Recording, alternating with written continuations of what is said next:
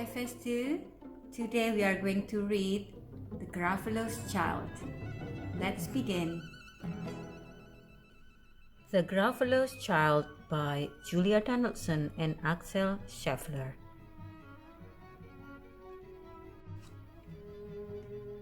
The Gruffalo said that no Gruffalo should ever set foot in the deep dark wood. Why not? Why not?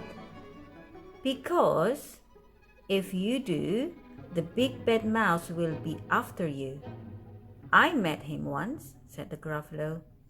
I met him long time ago. What does he look like? Tell us, Dad. Is he terribly big and terribly bad?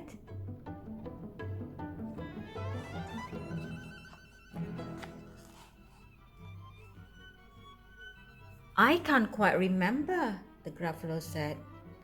Then he thought for a minute and scratched his head.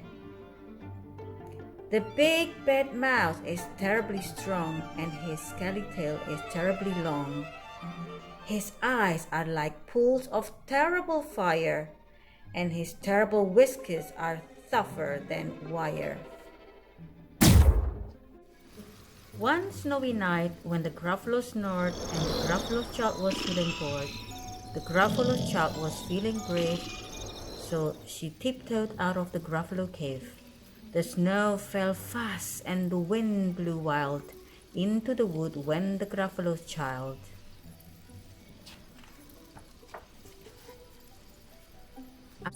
Aha! Oh ho! A trail in the snow. Whose is this trail and where does it go? A tail poked out of the log pile house. Could this be the tail of the big bad mouse?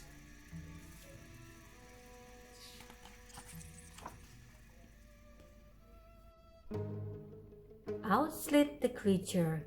His eyes were small and he didn't have whiskers. No, none at all. You're not the mouse? Not I, said the snake. He's down by the lake eating Gruffalo cake. The snow fell fast and the wind blew wild. I'm not scared, said the Gruffalo's child.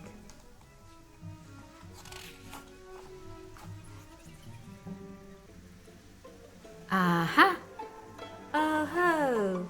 Marks in the snow. Whose are these claw marks? Where do they go? Two eyes gleamed out of the treetop house. Could this be the eyes of the big bad mouse?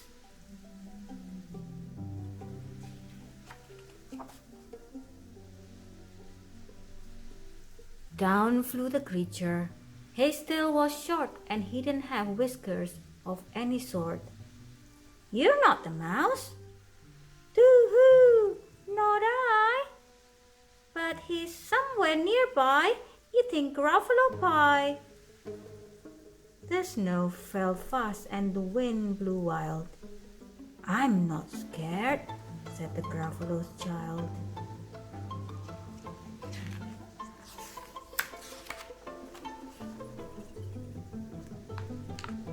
Aha! Ooh-hoo! A track in the snow. Whose is this track and where does it go? Whiskers at last. And an underground house. Could this be the home of the big bad mouse?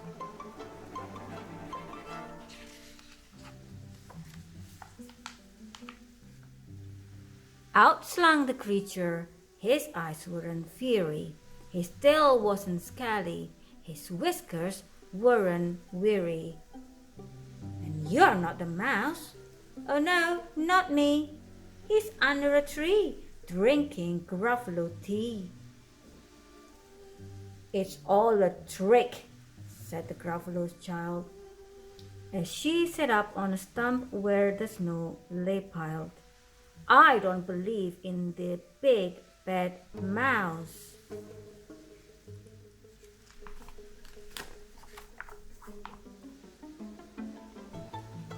But here comes a little one out of his house. Not big, not bad, but a mouse at least. You'll taste good as a midnight feast. Yum yum, can you see? He's rubbing his belly.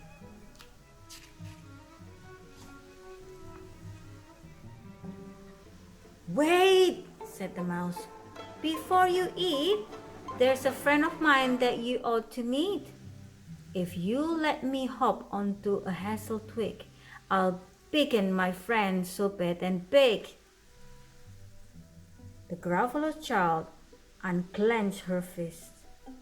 The big bad mouse? So he does exist. The mouse hopped into the hazel tree. He beckoned, they said. Just wait and see.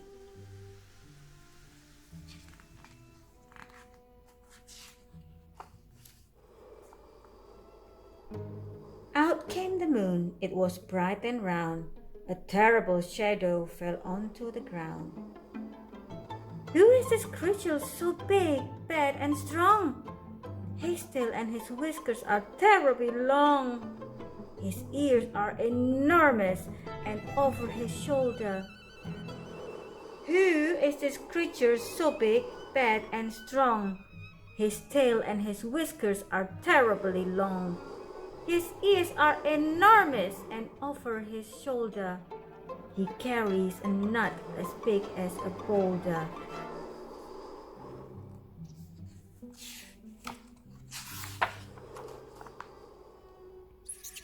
The big bad mouse, yelled the Gruffalo's child. The mouse jumped down from the twig and smiled.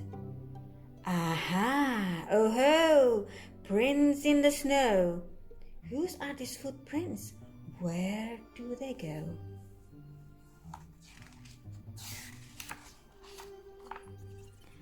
The footprints led to the Gruffalo's cave, where the Gruffalo's child was a bit less brave.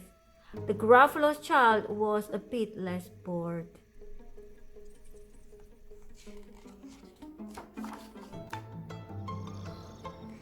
And the Gruffalo snored and snored and snored.